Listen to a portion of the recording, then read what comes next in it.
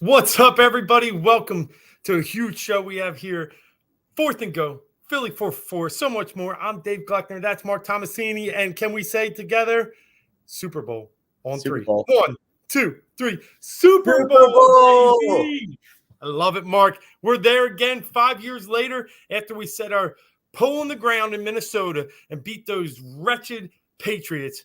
We got another rival this week, or let's say in 2 weeks, coming up with Patrick Mahomes and Andy Reid, and we'll get another dub. I feel it. But before we get into all that, let me welcome you in, brother. What up? What up? You know what it is. You got Devontae, you got AJ, you got Jalen back there. God, I'm terrible with this point thing on the computer. It's fantastic. It is a winning Wednesday for more reasons than one. Obviously, the Eagles are in the Super Bowl. The Sixers won last night. They're back on their winning ways. But obviously, we're hitting you with the birds. Go Birds. You know what it is. We're ready to go. We are in the Grand Poobah. We're in the Super Bowl. What an amazing season so far. But let's capitalize. Let's close it up with a win the championship. It would be well-deserved. Got a great stat line for you today that I found out. Well, not stat line, but last quarterback to go 17-1, win the Super Bowl, is Joe Montana. Nice. There's a lot of those little tidbits out there, but before we start dropping, every fact, I love that one. We'll get into the game that was this last weekend, get our hype train going up, analyze the opponent we have going forward here, and then just talk about kind of the mood we're in and how we're going to, watch the upcoming game, Super Bowl 57, as it kicks off just about 10 days from now. So just open it up with the 49ers and the game that was. The Eagles go out 31-14, 31-7. I will say I was 31-14. I wasn't far off, man. Yeah. I felt it. Our boy Cease checked in last week. He was 32-14. I have a feeling this is him. There he is, my man. We do feel like we're in that mode, and it's going to be good. It's going to be real good, and we're going to get into all that. But it was even more dominant than I thought. Now, yes, the injury at quarterback probably, helped that go a little bit bigger of a landslide than we had maybe anticipated. But I think both of us, I think you had a 10-point victory, if I remember. Yeah, I think both of us had a good kind of mojo, juju going into that game and felt like the Eagles were just the better team. And I don't care if they would have had Joe Montana play. I'm being honest with you. The Eagles would have found a way to win that game. Scoring 31 against that defense before rushing touchdowns and really not even breaking a sweat doing it. Yeah. I think the Eagles showed they could have put anybody back there. Jimmy G, Kenny G, it doesn't matter. The Eagles were going to win that game. And I feel very confident saying that. Yeah, absolutely. I mean, it was a great display of really the defense took over that game, and that was all that mattered. Like, that's the thing. That's the beautiful thing about this Eagles team right now. Both sides of the ball, they're there, right? If the offense isn't going, the defense is going. If the defense isn't going, the offense is going. That's what's great about it. And you could tell the Eagles defense was just having their way with that line. It didn't matter. Honestly, like, they probably had some relief with Josh Johnson in there for a little bit. I know really they only scored the touchdown by handing off to McCaffrey, but Brock Purdy was scared. I mean, look, I know he legitimately got hurt, but you could just tell his body language was like, yeah, I'm out. Like, that's it. Like, right away, he was just like, nope, I'm done. Like, he did not want to be there. He wanted nothing to do with that. And the Eagles line just wreaked havoc. I mean, it was Hassan Reddick has been everything and more. He got off to a slow start, but besides that, he's been a monster, the last 14, 15 games. I mean, he's been all over the place. He honestly single-handedly has made this defensive line that much better. Now, don't get me wrong. I'm not taking credit away from anybody else, but obviously he should have been considered for Defensive Player of the Year, but he always had the intangibles. It's just about putting him in the right system. And not saying he's a system DN, or usually not. He's just caused so much havoc for so long. Defenses really haven't been able to stop him. And then if they're doubling up on him, then all of a sudden, all the other guys are getting going. I mean, everybody's having career years. That was an amazing signing to bring in Hassan Reddick, and he's the one who changed that game. But absolutely. Wait, before you go, but just wait. Yeah. You guys are saying the same thing. And Yeah. and you're right. He's playing out of his mind and changed that game. Go ahead to your butt. Who deserves a huge shout out. I mean, obviously this goes to the coaching staff, but for a player in general, Linval Joseph gets a huge shout out. Because think of it this way. Hassan Reddick, he knocks the ball out of Purdy's hands, but it looks like a pass because Purdy ends up punching the ball out. Linval Joseph is the only one who picks it up anyway and starts running with it. Now, obviously, they called him down because they called the play dead, but when they went back and looked at it, that does go to Sirianni and it goes to the coaching staff for being like, I don't care what the situation is. The ball's on the ground, pick it up.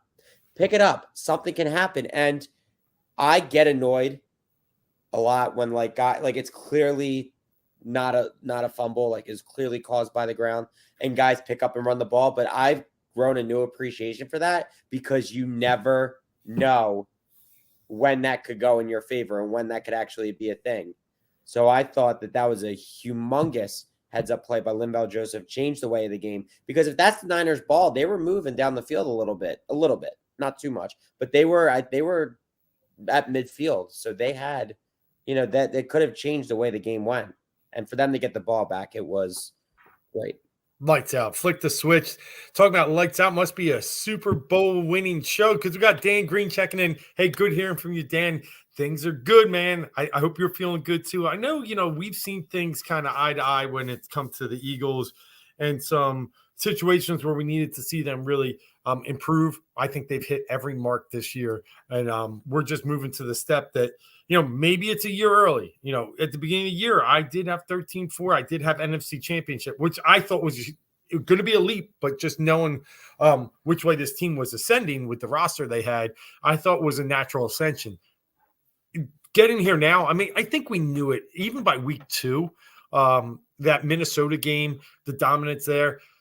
But definitely by about week 5 or 6, we had Super Bowl visions. It started to click, and we started to realize that this NFC is not as good as it once was, and the opportunity was there. And it was there, and the Eagles took advantage of that over these past 2 games, especially in the playoffs, dominating by a score of 69-14 against the Giants and Niners. And now the stories come out, the Niners weren't that good.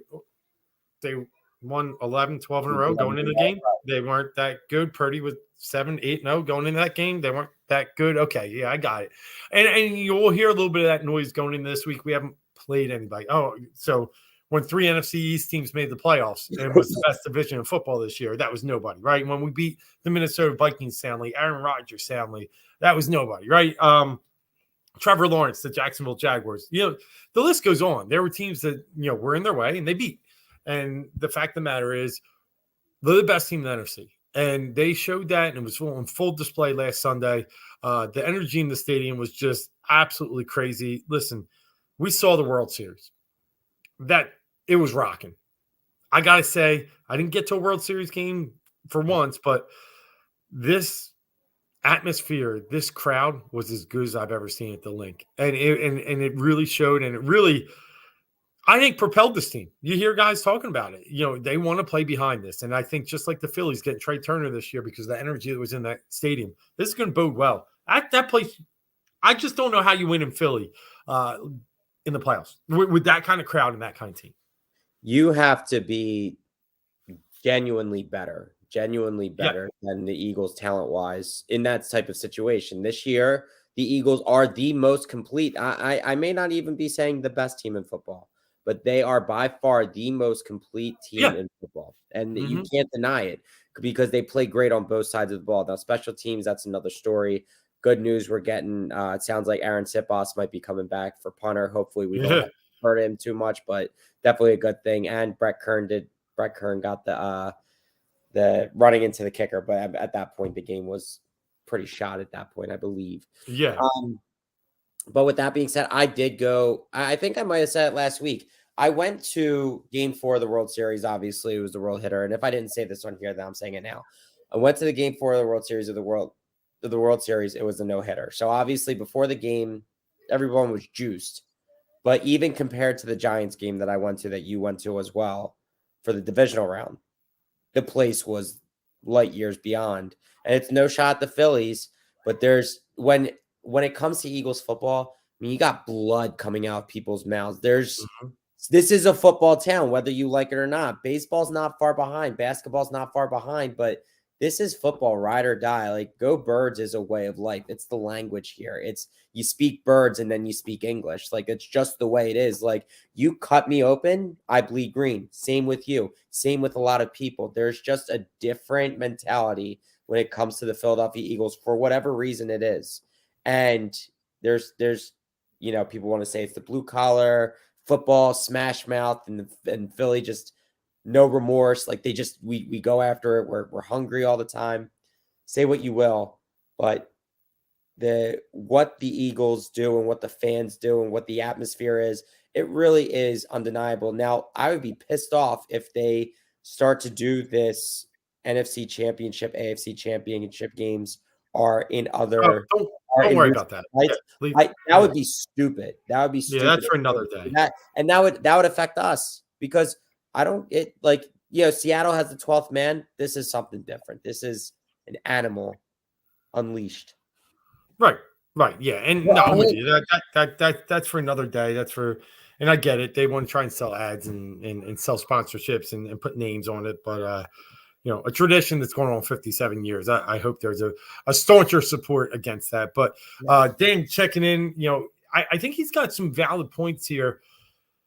yeah. 17 obviously was unhealthy because of one possession, but then you had a couple other spots that you were dinged There's up a as lot of well. big ones. A lot of big ones. Yeah. We had like 7 or 8 guys, legit starters on IR. I mean, Peters, obviously, Lines, Sproles, Maragos, who was a great special teamer. I'm trying to think, there were a couple others there too, but they were. But looking at Next man this up. is where I say we got to be careful because so it feels great, it feels healthy. CJ's back. Looks like Maddox, can be fine. For our game, Lane's can be fine. The dinged up elbow of Dickerson looks up like it's gonna be okay. Kansas City's the one with the dings, right? So Sure. are they the 2017 side? Yes, I am very happy that we're healthy going in. Don't get me wrong; it bodes very, very well. But I just want to just not get. Here's what Cincinnati's fault was. Going in last game, they had the mayor coming in and talking about Burrow is Mahomes' daddy. They talk about Burrowhead. We can't do that. We can't get overconfident. And you know why we won't? Number one, Hurts won't let him. No. He keeps saying the things. He's like, this is an opportunity we may never get again, especially as a unit that we have today. And because of that, I think they're going to be well suited for this. Yeah, Hicks was a big out. I do agree with that. And that it was a big reason we had a lot of trouble with the Patriots over the middle. But I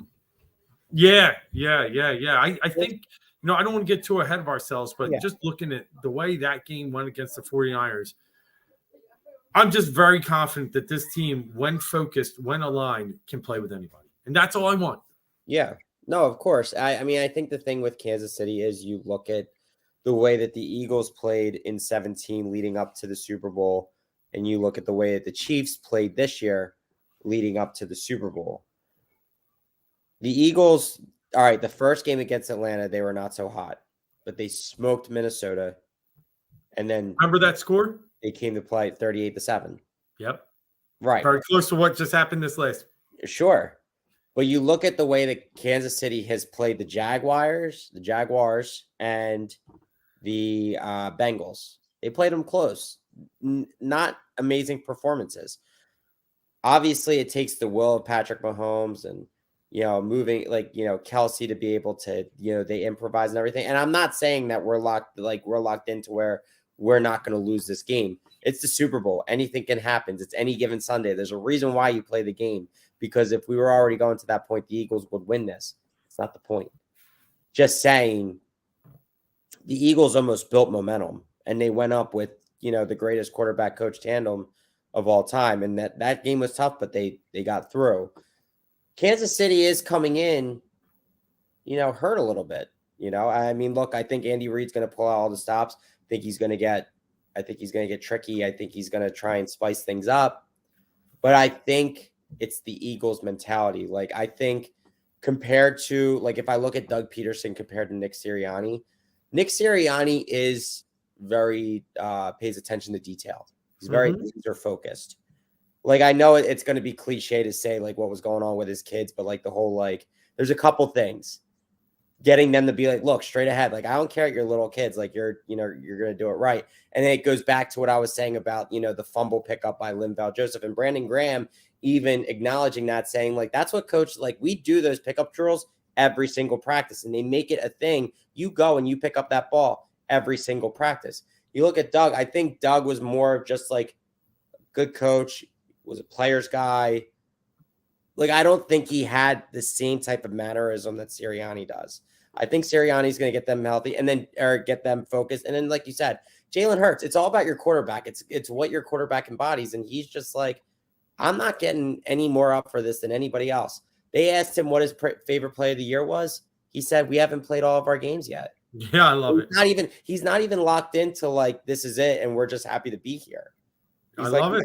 Game. I love where all their heads are at right now. I love it. And I think we haven't seen anything like this in a long time. No, I agree. And Dan, you're right. Cincinnati couldn't lose that game, shouldn't lose that game. You can go back and point everything at the Zebras all you want. And I agree. It wasn't really a fairly referee game. Sure. But in the end, how do you get down? What was it at one point? What was it 13-3? 16-3 right near half. Like, you getting down and only scoring 3 points near halftime. Like, that's a problem. This is not a great defensive team. You only scoring 20 points when you were completely dominating a better Bills defense on that. So I'm with you. I don't. They can say what they want, but hey, they're not there, and the Chiefs are. No, I think this point spread stays right around 1.5, 2 the whole time. If anything, we'll see it get back to even. You might see some late money come in on the Chiefs. I think there will be a narrative here that, and I'm already starting to see it a little bit in the national media. And I hate the national media, by the way. I actually had to turn off 2 shows today. That absolute asshole, Nick Wright, or whatever his name is on Fox, I couldn't even get going. He thinks Hurts is one of the worst players in the league. But he was the guy that we all ripped last time the Eagles were in the Super Bowl, and he said we had no shot. But I think the national media is going to kind of hype up the Chiefs, and the Eagles didn't play anybody. So I think there's a point. We'll get to about even, and it'll settle in about -1. That's my guess. Eagles -1 by time it kicks off. And there's only been, I think, 4 other Super Bowl games with a 1.5 point spread, and they've all turned out to be pretty good games. So I think that's where it lands. What about you, Mark? Yeah, I would think the same thing. At first, I'm trying to think of what. Oh no, I was thinking of another thing. But yeah, I think it's still at 2 right now, right? It got down to 1.5 earlier today. But yeah. So I think 1 at kickoff sounds about right. I don't think it would stay at pick 'em. I think it could get there at some point, but I think Eagles would put money back into it to bring it back up a little bit. I think the sharps are going to be on the Eagles. Yes, I think so too. And it showed when it started. What did the line initially start at? It actually started like -1 Chiefs. Yeah. Or it was at 1. I know it was a pick 'em. And then all of a sudden public money came in real quick on the Eagles. And then the Eagles got to like -2. Yeah. -2.5, I think, like pretty quickly from a pick 'em or from -1 Chiefs at one point. So it changed. Right, well, we're into the betting portion of the show. So let me ask you this. Not huge money, but I got like $30 on them at the beginning of the season at 22-1. So I'm in the 600 range. I had a couple other small bets during the season. I can probably cash in about 800 on the Eagles if they win. If you're me, do I just not touch the game? Because I've been betting them pretty hard going in. I feel like I just don't touch it and I just rock and roll and see what happens. And I definitely am not hedging. I'm not playing that game with my team. I'd play with other teams. I'm not playing that game with my team. That's bad. That's just bad way to go about it. But I'm thinking either I go light, go on the total, or just play some props. But I don't think I play the line. If in your situation, no, I wouldn't. I was even thinking about it. I don't even know if I'm going to play the line unless I put it as some part of a parlay. But I'm lately I've been in the player props. I love player props. I think because you can root for the players to do things. So honestly, I like that for you. I really wouldn't go much into the actual line. Yeah, that's where I'm at, and I think I'm going to be there. I did lose a little bit on the props last game because I was heavy on the AJ Brown stuff, but So but I was also heavy on Eagles first half, so it kind of balanced itself out because that's what the Eagles are. They're a tremendous first half team. We'll get into a little of that next week. So my thoughts. It's a little different of a scheme because of the fact that Spagnuolo he throws the house. Like we were watching some highlights of Super Bowl 54 today. And at the end of the game, let's not forget San Fran's up 20-10 with about 7 minutes left, and the Chiefs scored the last 21 points in that game. But what he started doing some creative situations is he brings 6 or 7. So I think we can neutralize him and I think they know that. They can stunt, they can roll, they can put them in different positions. We're 5 deep across the line. You can put them anywhere. I think we'll be fine. It'll get interesting if they try this all-out blitz stuff. And I just say that the worst blitz the Eagles or the blitz the Eagles have trouble with is any cornerback coming off. I saw the Giants give Hurts a little bit of trouble in week 18 with that. But if they're just rushing these linemen and these linebackers up the middle, I think we'll have it covered, and I think we'll have answers. So I think we're going to neutralize those guys, but it'll be that extra man that I'm a little worried about.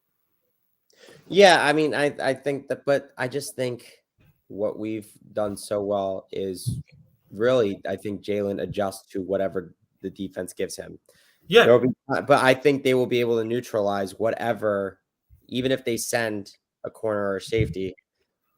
That's where maybe you start seeing Gainwell out of the backfield, just screenplays. Kind of you go against Andy Reid's scheme because Andy loves, the short screenplays that turn into big plays. I mean, if the Chiefs decide to sell out, the Eagles have other options to be able to do so.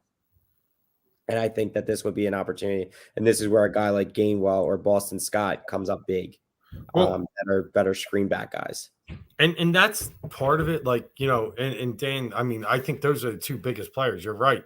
It's something that's, they're going to have to focus on, figure out how to, neutralize them and then also plug the holes from the blitz. But a run game kills them, right? A run game takes you right out of your blitzes. Yeah. Because when you're you want to blitz a cornerback from the left side and I'm running right, you're never getting there. And now we're playing 11 on 10. And it's just there's some things I think a run game will neutralize that. They're going to get home once in a while. They really are. And they're that creative, and Spagnuolo is that good. But let's remember, it's a bad Chiefs defense. And, good up front, everything else in the back, we can exploit. So just give him a little time. That's the key to the game. I 100%. If they can find a way to do what they did to Armstead and Bosa, to Clark and Jones. And I mean, Jones has been amazing, right? I mean, he's up for Defensive Player of the Year, right? Yeah. Yeah. So I think he's the guy. Clark's that kind of wild card. Like he's good off the edge, but Jones can kind of go anywhere. Yeah. Chris Jones is really their defensive line. Here's what I would say. One way that they could fight the, an extra blitzer in cornerback or safety, you get creative with Dallas Goedert, and you either, obviously have him, and you just have 2 wideouts, and you have AJ and Devontae out there, and you bring Goedert either into the backfield with a running back. You chip up block both those guys, and against that secondary of the Chiefs, I think they'll, with one-on-one coverage, even honestly, if they try and go AJ in double coverage, Devontae's going to have a game, or, whoever they're spying or whatever they do, I think AJ or Jalen will be able to get the ball to either one of those guys. If they this is where you might have to rely on Dallas to block a little more in this type of game if they start showing that they're going to blitz that extra guy. Yeah, and on the flip side, Dan bringing up the screen game, I wanted to check something because McKinnon's been invisible. So I don't disagree with you, Dan, but let's look. All right. McKinnon, 2 catches for 17 yards. Pacheco, he had 5 for 59. So he was decent against Cincy. I remember the Jaguars game again. I think they were both kind of invisible. McKinnon 0 catches and Pacheco 1. So I hear you. I do. I get it. And I think they're going to have to, use the screen game. But the beauty of the Eagles defense is they don't create pressure because they have to blitz. Right. They create pressure with the front four. And, so you're always going to have, 7 in the back helping you out and read and react. And these guys that we have up front are veterans. Every single one of them. I mean, to a point that, Jordan Davis, okay, we could say that maybe he's got a little rookie mate, but he's not a guy that's there for the screen game. Reddick, Cox, Graham, Sweat, they as long as they have the right read on the blocks, I think they're going to be okay.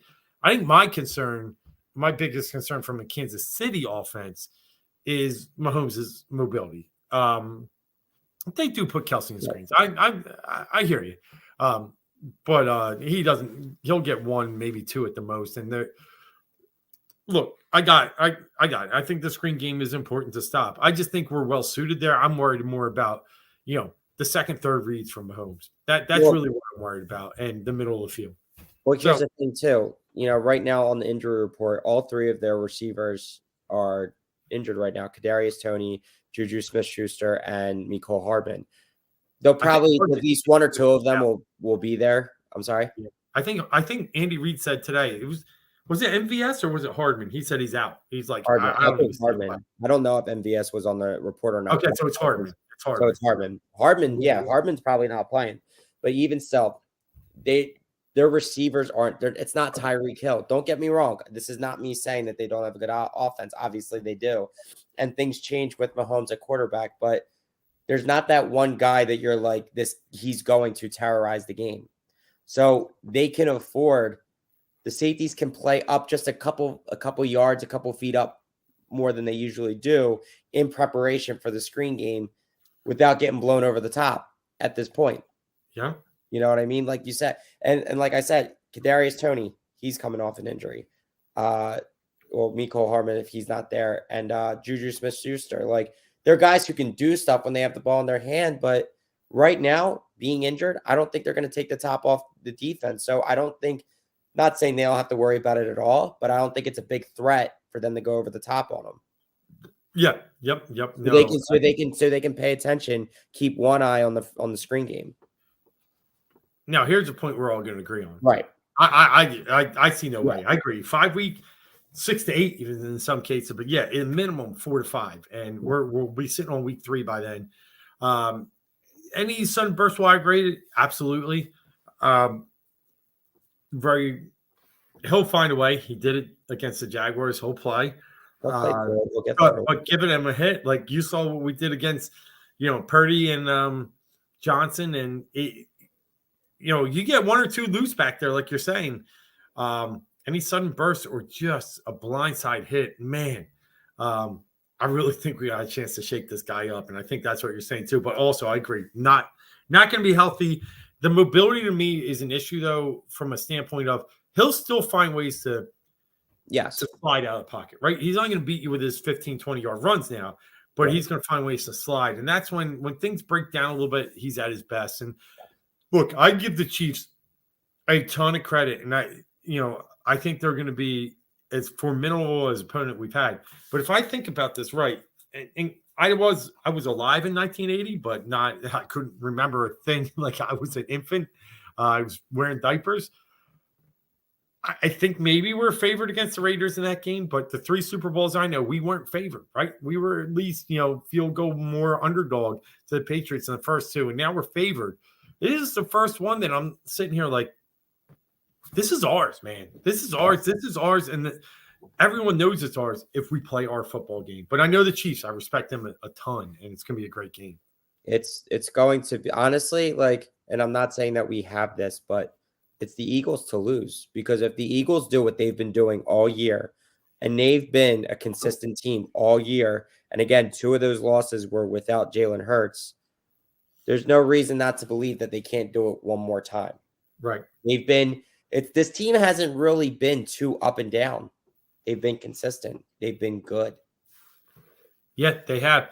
Hey, so let's there's a few more things we can get in the Super Bowl, and we'll get into so much more next week. We were favored by that's what I thought against the Raiders, and I thought it was a decent favorite. Like, I thought I've read somewhere in the touchdown range. But But again, history. For now, what we are this year is pretty cool. You think about it. In my 3 Super Bowls that I really remember and see, Eagles will have to go against Brady, and Mahomes. Yeah. Like there's no like you write your own history when you Yeah. play greats like that. And then I look at the Chiefs, and they had to go against a really good Niners defense, and they got through with that one late. Then a good Bucks defense, and they weren't able to get through to that one. And now they play another good Eagles defense. So on the Chiefs side, they're sitting there playing 3 top defenses in their situations. And we just got to go back to the Andy Reid thing. And listen, he's a great coach, Of but course. he's still got his flaws. He still can't win challenges. He still can't manage his timeouts. He gets by because he's got a great leader on their center. But I'm not scared of him. I'm just not. I mean, maybe it's the Philly in me. Maybe the national team has so much more love for the Walrus and the State Farm Joe commercials. But I just, I still remember what he is and how he lost the biggest games. And I'm telling you, he was going to lose that big game. He was absolutely going to lose that big game against San Francisco. But, a couple things went their way, and they got lucky late. Yeah. No, it's almost the enemy we know, and we know what his deficiencies are, and we know. And again, I look at it like this team is just on paper, we're better. Like, I think they have the leg up in quarterback, but besides that, like we were talking about it last week, and we did the test of who's, position wise, who's better.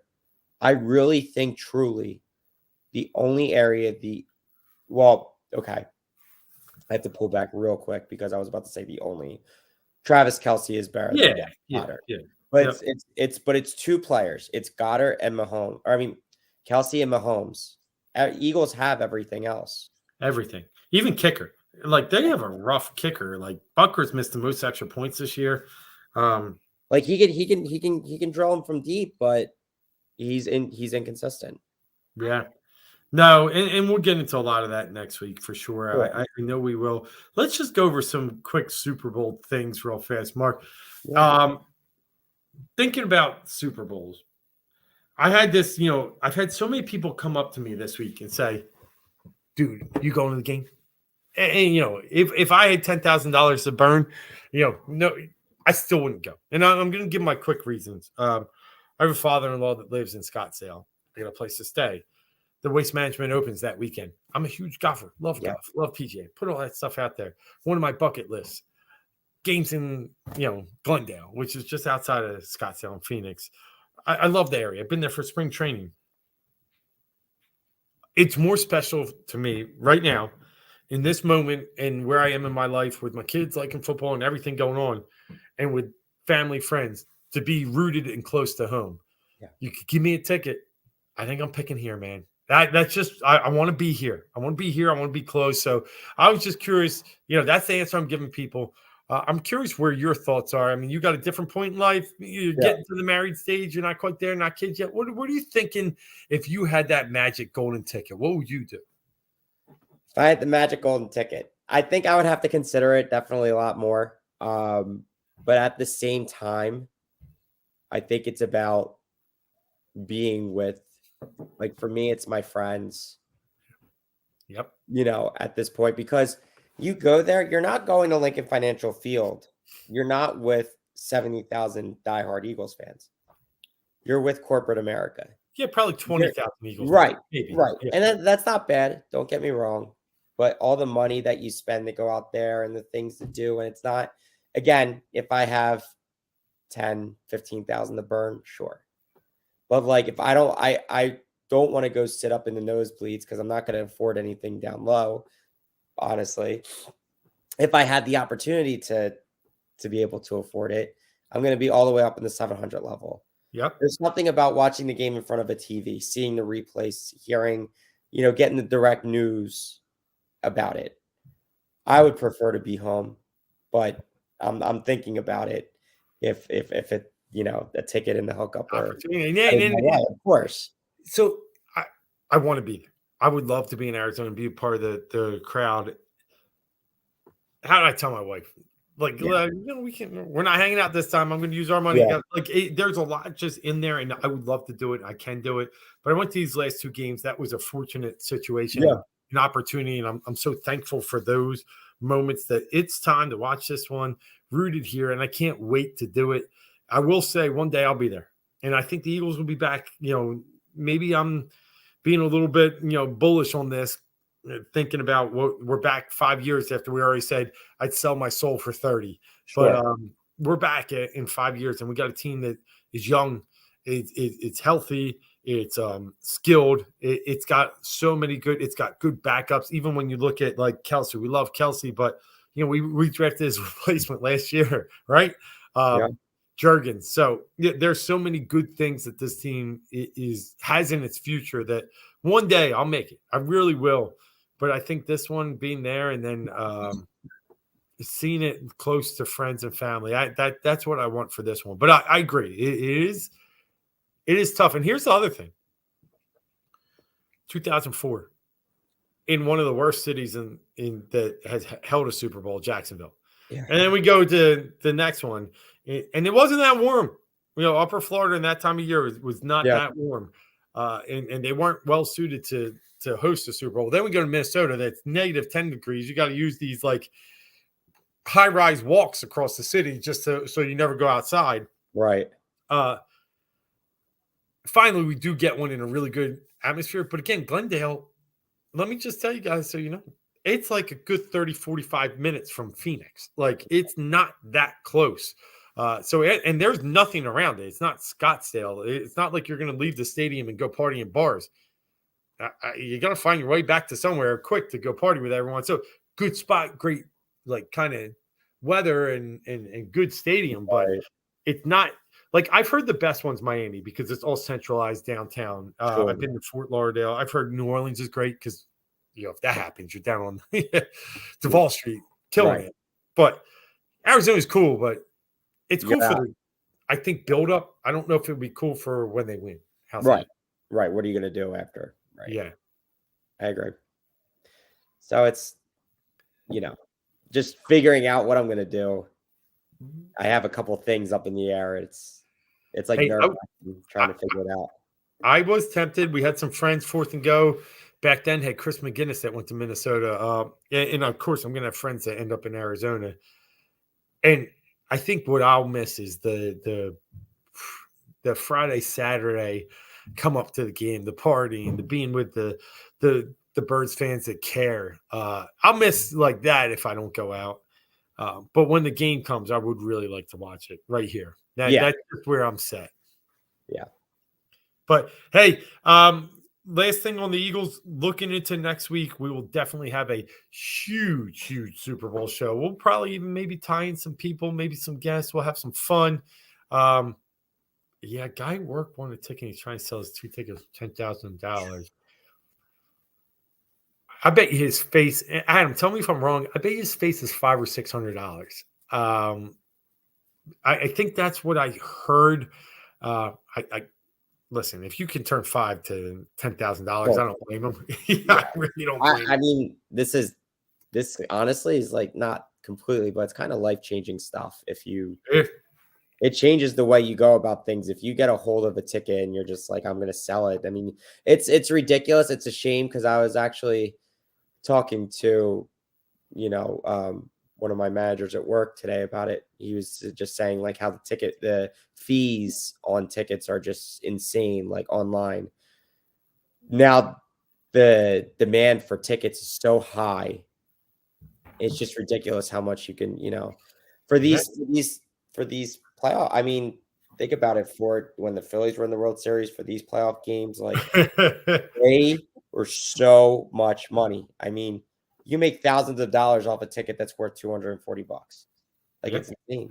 Well, I could have probably made close to 1,000 on my tickets this week. I definitely could have made 800, but I wanted to be there. There's a difference between, it's Super Bowl. It's just. Well, they said the lowest ticket, and this was a couple of days ago, was like $4,500, and the highest ticket was like $2,600, and that was just a couple of days ago. So that could change. I agree.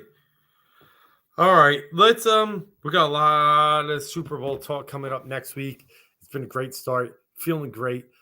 Wearing the Devontae. I'm not a jersey guy, but for these shows anymore, get one of these. I love it. I'm simple. It's a Philly thing, and it is because that's the motto. We're definitely sporting when we go into the Super Bowl. But 57 will wait. We'll have a great show next week going up to it. Maybe even one or two shows because it's that important to our ability to start building this legacy and start, being called what Jeffrey Lurie always said we were going to be, the gold standard. So we'll get into that more next week on the show. But let's wrap this one up with a couple quick talks. The first one being Philadelphia 76ers. Very disappointing loss coming off the 7-game win streak to Orlando. It came out flat. But let's mention those things happen.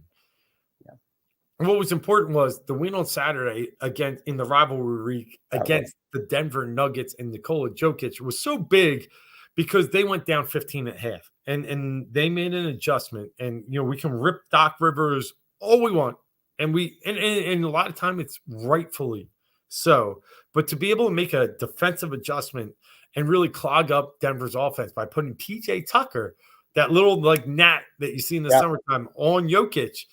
Did free things up and change things drastically and allowed the Sixers to get into transition and allowed the Sixers to play better fluidly offensively. And that was a big win, Mark. So I'll take a loss to the Magic. Magic beat, I think, the Celtics 2 or 3 times. They play up to teams, and those games are going to happen, but they're winning the good games. And that's what I think is really important when you're looking at this team long-term with a bigger vision. Well, they obviously then came back and beat them. They did. Right. It was still ugly, but they did. Right. It wasn't the best win, but I mean, Joel even said it, and I agree. I mean, just thinking about the talent that they have on that team, they're really talented. They just got to play together.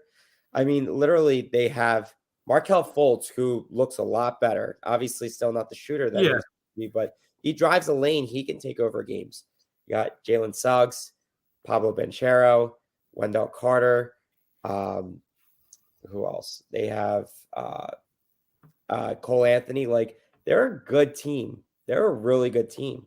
They just need they have a lot of pieces. A lot of pieces. Yeah. They still have to put it together. They probably do need some way, somehow. They need to get rid of some of it too. Like when you think Fultz, Suggs, Cole Anthony, 3 guys playing the same position. Right. It's tough. And those are all, I mean, correct me if I'm wrong. What was Fultz that year? 2 or 1? Yeah.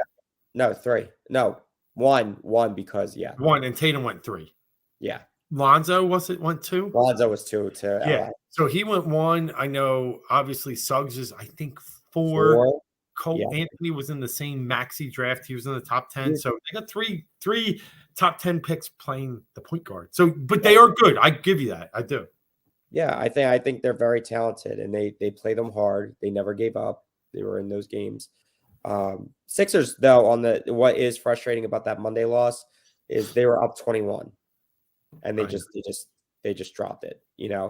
That's unacceptable. But I think it was just kind of a dead night, and their legs came out from under them. But what I want to get into before we head out of here, did you happen to see the All-Star selections? I did. I did. I think they're atrocious. I mean, I'll say atrocious. Like here, like when Jaren Jackson making, and like I haven't read any articles yet, so there might be some guys already ripping it out there. I think Jalen Brunson missing was an absolute joke. I got to remember Jimmy Butler. I think missing it was very short sighted. There was one in the East that I was like, I can't believe this guy made it. I think Jaylen Brown might be the one I'm thinking. No, Drew Holiday.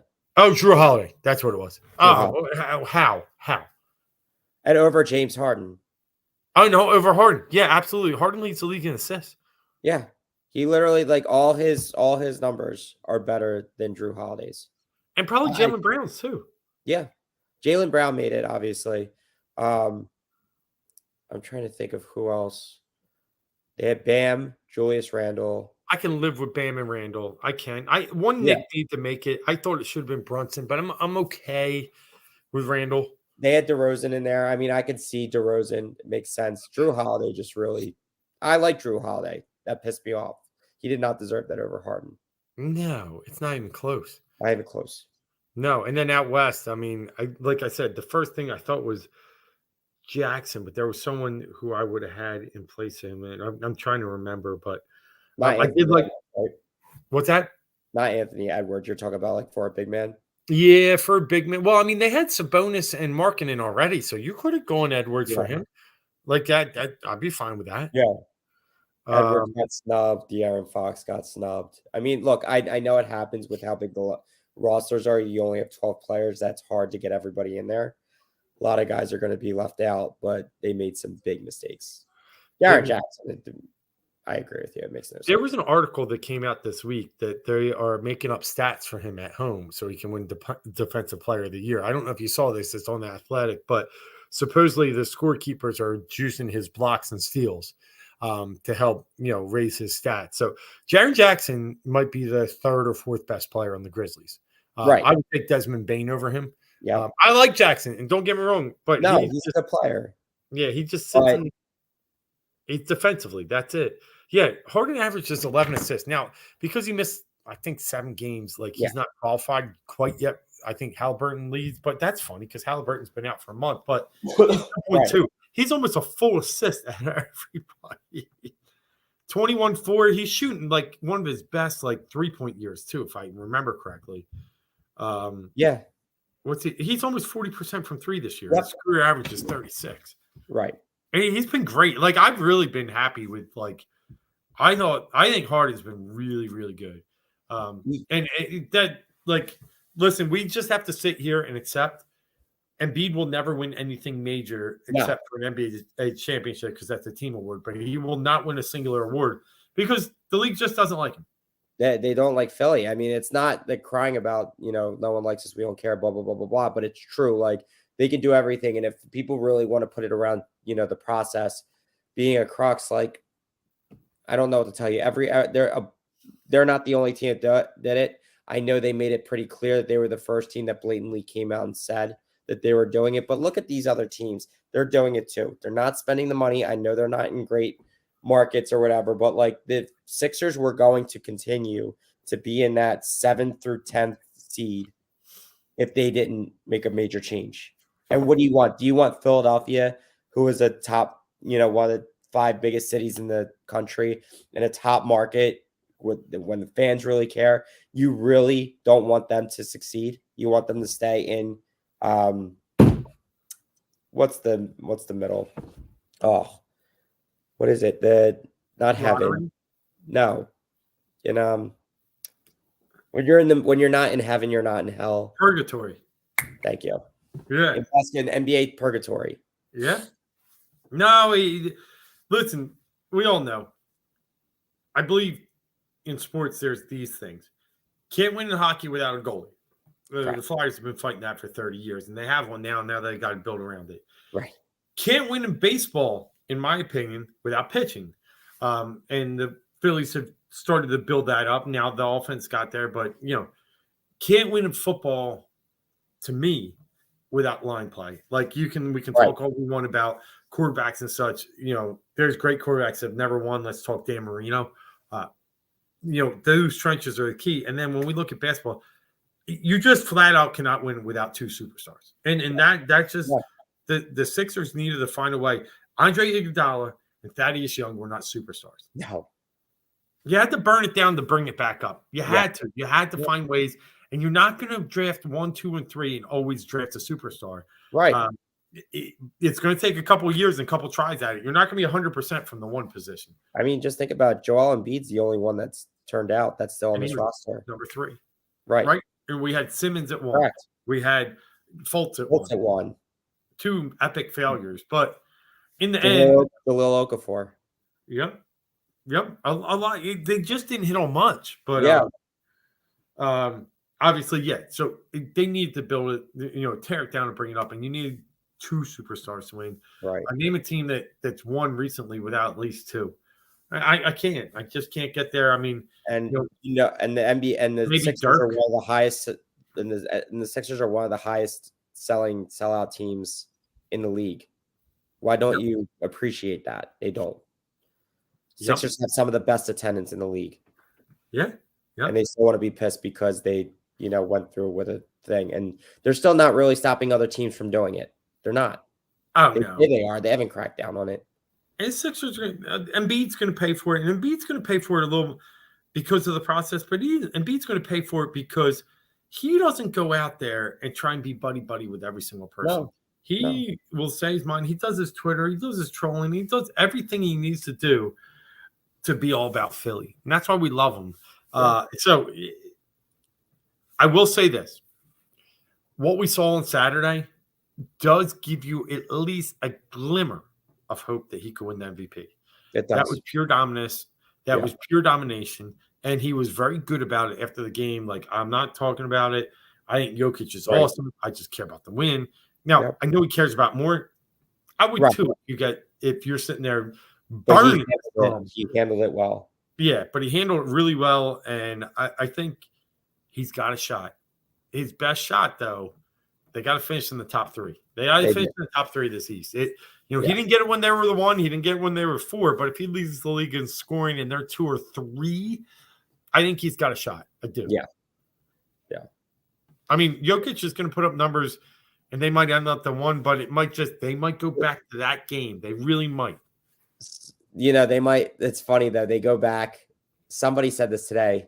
They were talking about how Jokic, they put up a stat, how Jokic is, almost averaging a triple-double. But they're saying there was a 6'3" guard who did that too. No, and everybody said he was just what was the word they used for him? Pretty much talking about Russell Westbrook. He was pimping for stats. He was a stat pattern. Yeah, yep. Jokic is kind of doing the same thing, whether you like it or not. I mean, but he's good, and I'm not going to deny he's good. But the fact that he's won back-to-back for what? Like, it makes no sense over Embiid, who's more vital to his team. Yep. Embiid is more vital to his team. There is no team without Jokic. Without Embiid. I agree 100%. All right. Well, that pretty much wraps up for episode 49. This is pretty cool because we on 5-0 next week, going into 5-7, talking Super Bowl. All things important to us, Philly sports. It's one of those times in our lives that this city has really turned into a sports mecca. We've had the Phillies almost there. We had the Union almost there. We have the Sixers playing very well. The Flyers will catch up soon. And now we got the Eagles. And it's just, we got to get one. We lost 2 in the fall, and that's okay. But this one we got to get. And I feel like the Eagles were always on that path and always on that track, where the Phillies might have surprised us a little bit, right? Playing in that wild card game. And the Union, came out a little bit of nowhere too, never been to MLS finals. Well, this team has been there. They have seasoned veterans that have won this bowl before. Right. I think the path to giving us one, that's all we ever ask for, is one. We're not greedy. We're not greedy. Come next week on that magical day. What is it going to be? February 12th? 12th. We'll talk about it more next week. We are Dave and Mark. 4th and Go. Philly 4 for 4. So much more on the Heat Ratio Sports Network. Fly, Eagles, fly. Until next week, put up the dubs. It's Super Bowl week, baby! Woo! Go Birds! Go Birds!